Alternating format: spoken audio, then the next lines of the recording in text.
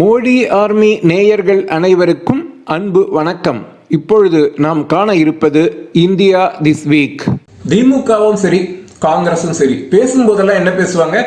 பாரதிய ஜனதா கட்சி கார்பரேட்டுக்கு ஆதரவான கட்சி அப்படின்னு பேசுவாங்க. சரி, இப்ப இவங்க என்ன கார்பரேட்டுக்கு எதிரான கட்சியா? கார்பரேட்டுக்கு எதிரான கட்சி அப்படின்னு ஒரு பேசுற காங்கிரஸ் திமுக ஆட்சியில இருக்கும் போது அவங்க என்ன செய்தாங்க? ஃபேக்ட்ஸ் என்ன சொல்றது, ஸ்டாட்டிஸ்டிக்ஸ் என்ன சொல்றது, அவங்க பார்க்கலாம். பேசுறதுக்கும் செயலுக்கும் ஒற்றுமை இருக்கா, இதை நம்ம பார்க்கலாம். 2005 2013 இந்த வருடங்கள்ல மத்தியில யார் ஆட்சியில் இருந்தாங்க? காங்கிரஸ் திமுக அரசு தான் ஆட்சியில் இருந்தது. அந்த பீரியட்ல பொதுத்துறை வங்கிகள் எவ்வளவு கோடி ரூபாய் வந்து ரைட் ஆஃப் பண்ணாங்க தெரியுமா? கார்பரேட் கொடுத்த லோன்களை கேட்டா பிரமித்து போயிடும். அமௌண்ட்டை பார்த்தீங்கன்னா வந்து மலைப்பா இருக்கும்.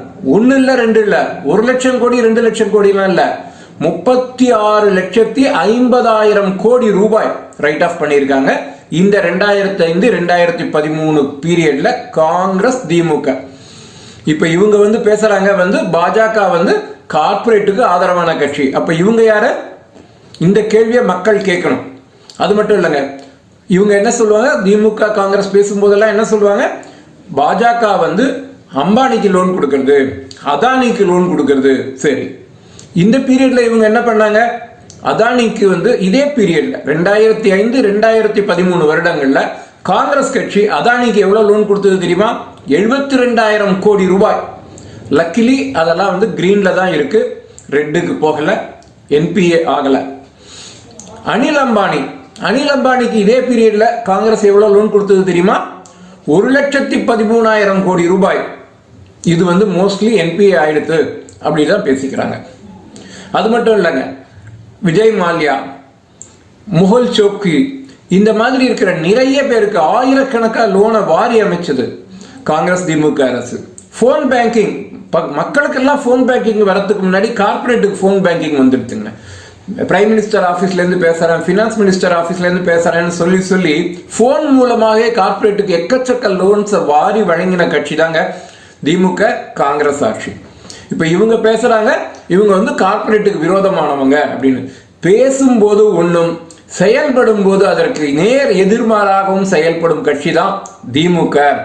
அதே மாதிரி பேச்சுக்கும் செயலுக்கும் வித்தியாசம் அதிகமா இருக்கிற கட்சி காங்கிரஸ் கட்சி. இதை வந்து வட இந்தியாவில் இருக்கிற மக்கள்லாம் புரிஞ்சுட்டாங்க, கர்நாடக மக்கள்லாம் புரிஞ்சுட்டாங்க, தமிழக மக்கள் கண்டிப்பாக புரிந்துப்பாங்க. நபிகள் நாயகத்தை தவறா பேசிட்டாரு அப்படின்னு சொல்லிட்டு பாஜகவை சேர்ந்த கல்யாணராமன் மேல குண்டர் சட்டம் பாயும் அப்படின்னு செய்தித்தாள்கள்ல செய்தி வந்திருக்கு. தினசரி இந்து மதத்தை கேலி பண்ணிட்டு இருக்கிற திராவிட முன்னேற்ற கழக தலைவர்கள் மேல குண்டர் சட்டம் எப்ப பாயும் அப்படின்னு இந்து மக்கள் கேள்வி மேல கேள்வி எழுப்பிட்டு இருக்காங்க. செக்யூலர் கண்ட்ரினா என்னங்க அர்த்தம்? எல்லா மதத்தையும் ஒரே மாதிரி பார்க்கணும். யாருன்னா இந்து மதத்தை இழிவா பேசலாம், ஆனா மற்ற மதத்தை ஒரு வார்த்தை பேசினா கூட குண்டர் சட்டமா? இது வந்து எந்த வகையில வந்து செக்யூலரிசம்? நாடாளுமன்றத்துல அமேத்தி நாடாளுமன்ற தொகுதியோட உறுப்பினர் ஸ்மிருதி இரானி பேசின பேச்சு வந்து சமூக வலைதளங்கள்ல வைரலா போயிட்டு இருக்கு. அவங்க என்ன பேசினாங்க? அவங்க சொல்றாங்க, ராகுல் காந்தி, அந்த காந்தி ஃபேமிலி இருக்கு இல்லையா, அவங்க வந்து ஒரு ட்ரஸ்ட் வச்சிருக்காங்க. அமேத்தி நகராட்சியிலேருந்து நிறைய நிலங்களை கையகப்படுத்திட்டாங்க. அந்த ட்ரஸ்ட் என்ன சொல்லி வாங்கினாங்க தெரியுமா? நாங்க வந்து ஒரு மருத்துவ கல்லூரி கட்ட போறோம் அப்படின்னு சொல்லிட்டு நிலத்தை வாங்கிட்டாங்க. வாங்கிட்டு அங்க ஒரு கெஸ்ட் ஹவுஸ் தான் கட்டியிருக்காங்க. அமேத்தியில மருத்துவ கல்லூரி வந்தது யார் கட்டி கொடுத்தாங்க? மோடி அரசு கட்டி கொடுத்தது அப்படின்றாங்க ஸ்மிருதி இரானி. 1947 இந்தியா கனடால இருந்து பெனிசிலின் ஊசியை வாங்கிட்டு, ஆனா 2021 கனடா வந்து இந்தியாவில இருந்து தடுப்பூசி இறக்குமதி பண்றது. ஓடம் ஒரு நாள் வண்டியில் ஏறும், வண்டி ஒரு நாள் ஓடத்தில் ஏறும். மேரா பாரத் மகான். பாரில் உள்ள தேசங்களில் எங்கள் தேசம் உயர் தேசம். காலிஸ்தான் ஜிந்தாபாத் அப்படின்னு எழுச்சி தமிழர்னு தன்னைத்தானே சொல்லிட்டு இருக்கிற திருமாவளவன் கோஷம் போட்ட விவகாரம் பெரும் பூதாகாரமா பிரச்சனை ஆயிட்டு இருக்கு. திருமாவளவன் கைதாவாரா? அவரோட நாடாளுமன்ற உறுப்பினர் பதவி வந்து நிலைக்குமா? இதெல்லாம் இப்ப பெரிய கேள்விக்குறியா ஆயிட்டு இருக்கு. வல்லுநர்கள் சொல்றாங்க அவர் மேல சட்டப்பூர்வமா நடவடிக்கை எடுக்கும் வாய்ப்பு இருக்கிறது அப்படின்னு தான் வல்லுநர் சொல்றாங்க. ரயில்வே டிராக்குக்கு மேல ஒரு ஃபிளைஓவர் கட்டின்னு இருக்காங்க. அங்க வந்து 100 அடி நீளம் உள்ள ஒரு பெரிய அயன் கிரிடரை ஃபிக்ஸ் பண்ணணும். ஆனா டிராபிக் வந்து எவ்வளவு நேரம் ஸ்டாப் பண்ண முடியும்? இன்டிஃபரண்டா ஸ்டாப் பண்ண முடியுமா? அதனால என்ன பண்ணிருக்காங்க, 3 hours டைம் கொடுத்திருக்காங்க. 1.5 மணி நேரத்துல அந்த வேலையை முடிச்சிருக்காங்க. அது என்ன அற்புதமா இருக்கு பாருங்க. இந்தியன் ரயில்வே வந்து எது முடியாதுன்னு நினைக்கிறதெல்லாம் கூட சாத்தியமாக்குறது. பியூஷ் கோயலுக்கு ஒரு பெரிய ஹேட்ஸ் ஆஃப்.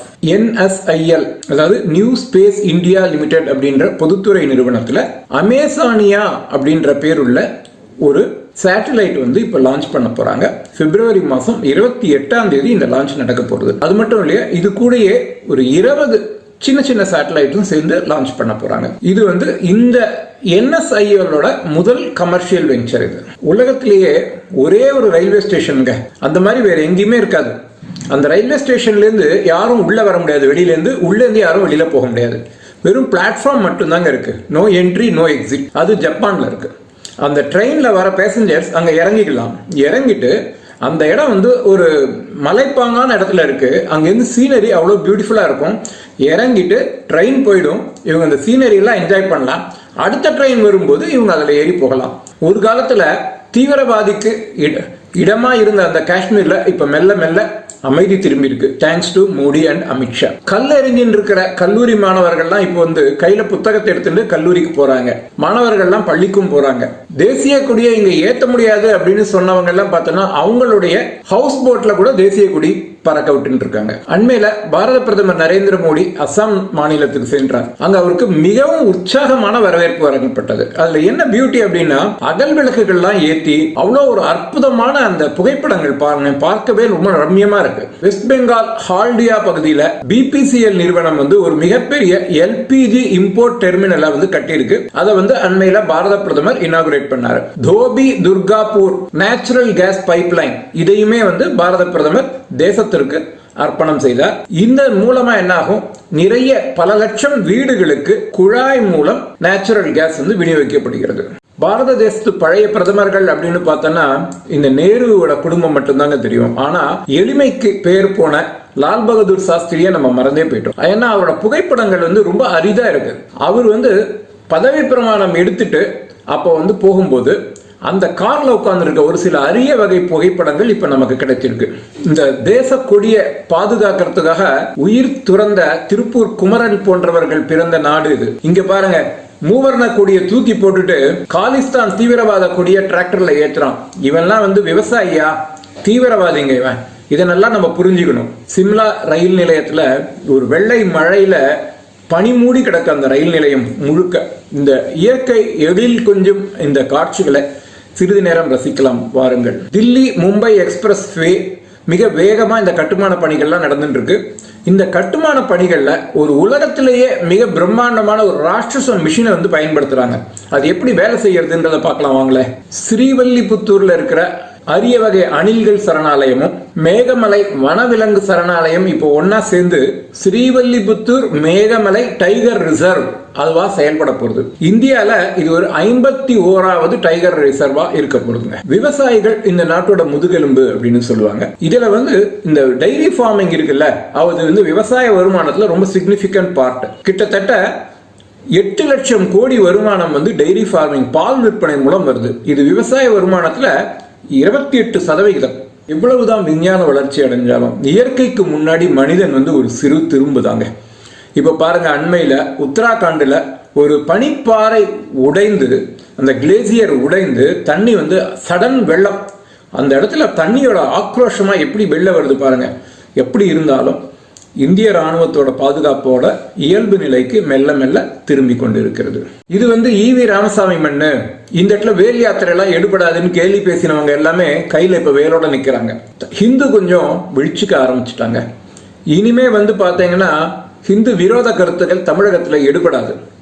இந்த முறை திமுக தோத்தெடுத்து அப்படின்னா யாருக்குமே ஹிந்து மதத்துக்கு விரோதமா செயல்படுற தைரியம் வராது அப்படிங்கிறாரு அரசியல் விமர்சகர் அண்ணாமலை. வேல் யாத்திரை பிஜேபி தலைவர் எல் முருகன் தமிழ்நாடு பூரா வேல் யாத்திரை போனது திமுகவை ஓரளவுக்கு வந்து கலக்கமடைய செய்திருக்கிறது என்று நாம் சொன்னால் அது மிகையாகாது. ஆனா இந்துக்கள் வாக்குகளை நாம் இழந்து விடுவோமோ என்கின்ற ஒரு அச்சம் வந்து ஒரு சிறிய அளவிலான அச்சமாக கூட இருக்கலாம். நிச்சயமா திமுக வந்திருக்கு. ஏன்னா தொடர்ச்சியா பிஜேபி வந்து குறிப்பா ஒரு பாயிண்ட் போக்கஸ்டா அடிச்சுட்டே இருக்காங்க.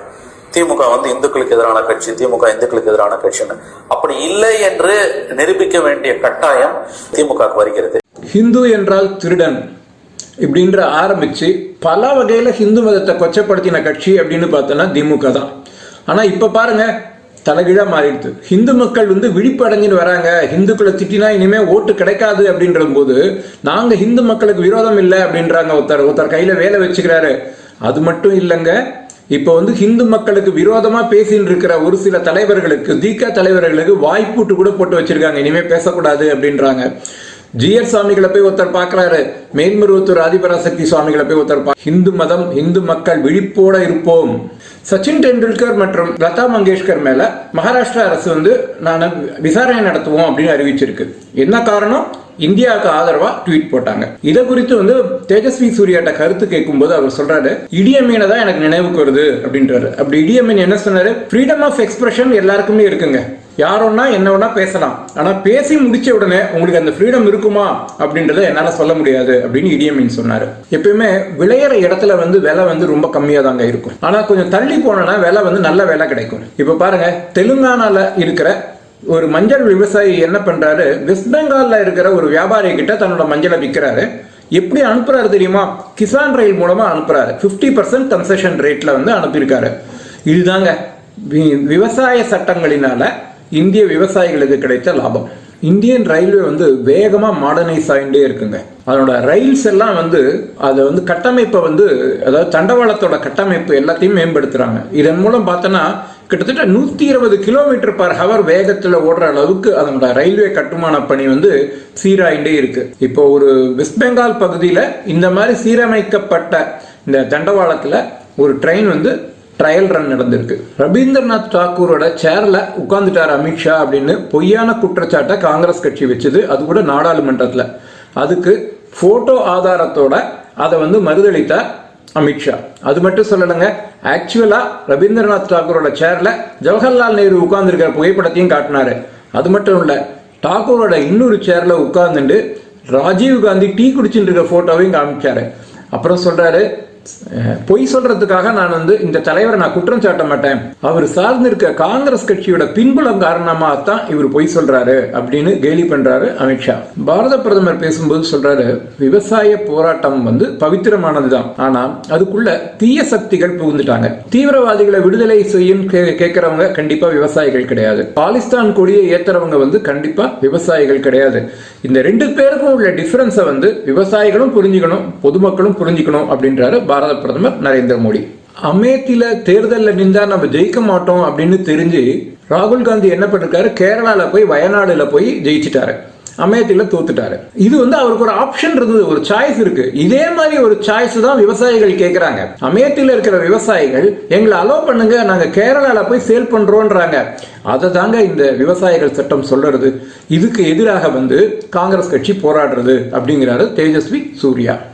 What can possibly wrong in giving our farmers choice?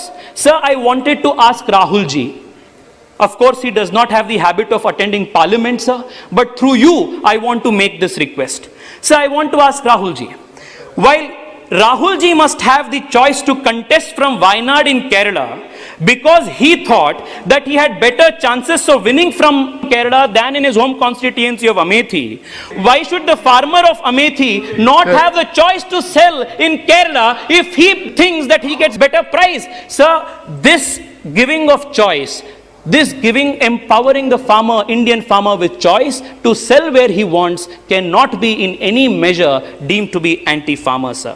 சமூக வலைதளங்களை குறித்து பேசும்போது மத்திய அமைச்சர் ரவிசங்கர் பிரசாத் என்ன சொல்லியிருக்காருன்னு பார்க்கலாமா? இப்போ நீங்க வந்து உங்களுக்கு பல கோடி ஃபாலோயர்ஸ் இருக்காங்க, நீங்க இந்தியாவுக்குள்ள வாங்க, உங்க தொழில் நடத்துங்க, பணம் சம்பாதிங்க, ஆனா இந்தியாவோட சட்டத்திட்டங்களுக்கு கட்டுப்பட்டு நடந்துக்கோங்க. அப்படி இல்லைன்னா கடும் விளைவுகளை சந்திக்க நேரிடும் என்று பாராளுமன்றத்திலேயே எச்சரிக்கை விடுத்திருக்காரு Ravishankar Prasad. I think, sir, it is a serious time, serious note. The President of India, the Prime Minister of India, the Home Minister of India and the Defence Minister should go out in public and including our Minister for State for Finance and take a shot, take the vaccine shot. This might give a... Sir, in the course of the remarks, Dayanidhi Maranji very sarcastically expressed doubts on the credibility of the vaccine. He asked, why is the Prime Minister not the first person to take the vaccine? So perhaps if this was old India, the politicians would have been the first people to take the vaccine, sir. This is the new India where the frontline workers, our doctors, our Safai Karamcharis, these people are being given importance, sir. So perhaps if this was old India, maybe the family of Dayanidhi Maran ji, his grandmother, grandfather, Stalin ji, Udaynidhi ji, all of them, maybe they would be the first people to take vaccines, sir. This is new India. Therefore, we are not allowing politicians to take any privileges out of turn. The ones who are fighting for this country, the ones who are frontline workers, they will be prioritized in giving the vaccines, sir. சிஎன்ஜில bus வந்துருது, auto வந்துருது. அதே மாதிரி இப்ப சிஎன்ஜில டிராக்டரை வந்து நிதின் கட்கரி வந்து launch பண்ண போறாரு. இதனால விவசாயிகளுக்கு ஆண்டுக்கு 1 லட்சம் ரூபாய் பணம் வந்து மிச்சமாகுது. பல ஆண்டுகளாக செய்யணும், இதெல்லாம் நல்ல காரியம் செய்யணும் அப்படின்னு நினைச்சிட்டு இருக்கிற பல ஆண்டுகளா செய்ய முடியாத பல விஷயங்களை இந்த 6 ஆண்டுகள்ல மோடி அரசு சாதிச்சு காமிச்சிருக்குன்னு அந்த பட்டியல்ல ஒரு சின்ன விஷயங்களையும் மட்டும் தேஜஸ்வி சூர்யா நாடாளுமன்றத்திலே பட்டியலிடுறாரு. கண்டிப்பா இதை பார்க்க வேண்டிய வீடியோங்க. Deregulation of diesel was a long pending reform. We did it. Commercial coal mining reform pending from the 17th, done. FDI in defense, long pending, done. FDI in insurance, long pending, done. Real estate sector reforms pending from 2 decades, done. IBC code pending from 1 decade, completed and done. GST, the biggest tax reform of independent India, done. Labor reforms pending from 4 decades, done. Review of the code on wages pending from 4 decades, done. FDI in railway operations pending from God knows how long, done. Corporate tax rate making India one of the most competitive destinations in the world, done. Faceless assessments, faceless appellate tribunals, pre-filled returns, all making the life of a taxpayer easy, done. Recapitalizing our public sector banks, done. Reforming our public sector bank administration is done. Forming global scale public sector banks, done. Change in definition of MSMEs, enabling them to grow and get more capital pending from more than 2 decades, done. Lowering the tax rates, increasing the tax base, done. National education policy pending from last 4 decades, done. So this is a government that gets things done. Our Prime Minister is therefore known as the man who gets things done, sir. Therefore the common Indian says, Modi hai to mumkin hai. That's the strength of this government, sir. இந்திய ராணுவம் காஷ்மீர்ல வந்து சத்பாவனா அப்படின்ற பேர்ல சில நிகழ்ச்சிகளை பல ஆண்டுகளாவே நடத்தின்னு வருது. இதன் மூலம் ராணுவமும் மக்களும் ஒன்றா இணைஞ்சிருக்காங்க. இப்ப இந்த ராணுவத்துல வந்து மேஜர்னு ஒண்ணு இருக்குல்ல, எல்லாரும் வந்து மக்கள் வந்து மேஜர் சாப்னு அவங்களை கூப்பிடுவாங்க. அவர் ராணுவத்தோட கமாண்டர் மட்டும் இல்லைங்க, அங்க இருக்கிற மக்களுக்கு சில பேருக்கு அவர் வந்து அண்ணா, சில பேருக்கு அவர் அப்பா, சில பேருக்கு அவர் மகன் கூட. அண்மையில சில அயல் நாட்டு பிரபலங்கள் பணம் வாங்கிட்டு இந்தியாவுக்கு எதிராக ட்வீட் பண்ணாங்க. இதை பார்த்துட்டு சச்சின் டெண்டுல்கர் என்ன தெரியுமா பண்ணாரு? India together, India against propaganda அப்படின்னு ஒரு ட்வீட் போட்டாரு. அயல் நாட்டில் இருக்கிறவங்கலாம் வந்து இந்தியாவை பார்க்கலாம், ஒரு பார்வையாளராக பார்க்கலாம், இங்க வந்து விளையாட முடியாது, இந்தியா வந்து இந்தியர்களுக்கு தான் அப்படின்னு ஒரு ட்வீட் போட்டிருந்தாரு. இப்போ இதுக்காக காங்கிரஸ் கட்சியினா இந்தியாவை சப்போர்ட் பண்ணாருன்ற காரணத்தினால சச்சின் டெண்டுல்கரோட கட் அவுட் மேல கருப்புமை பேசுறாங்க. யாரு? காங்கிரஸ் கட்சி, கேரளாவில் இருக்கிற காங்கிரஸ் கட்சி. ஹிந்து உறங்குகிறான், தயவு செய்து ஹார்ன்ஸ் அடிக்காதீர்கள் அப்படின்ற ஒரு வாசகம் வந்து ஒரு உண்மையும் ஒரு கேலியையும் ஒரே நேரத்தில் குறிக்கிறது. ஆனால் கொஞ்சம் கொஞ்சமாக வந்து ஹிந்து முழிக்க தொடங்கிட்டான். KS பகவான் அப்படின்ற ஒரு பகுத்தறிவுவாதி அப்படின்ற பேரில் உலவுகிற இந்து விரோதி, அவருக்கு மேலே மீரா அப்படின்ற ஒரு பெண் சிங்கம் கர்நாடகத்தில் வழக்கு தொடுத்திருக்காங்க. அது மட்டும் இல்லைங்க, கோர்ட்டுக்கு வரும்போது அவர் முகத்தில் கருப்பு மை பூசி அவருக்கு வந்து சரியான வரவேற்பு கொடுத்திருக்காங்க. அடுத்த வாரம் வெள்ளிக்கிழமை மாலை மீண்டும் சந்திப்போம். அதுவரை அன்பு வணக்கம்.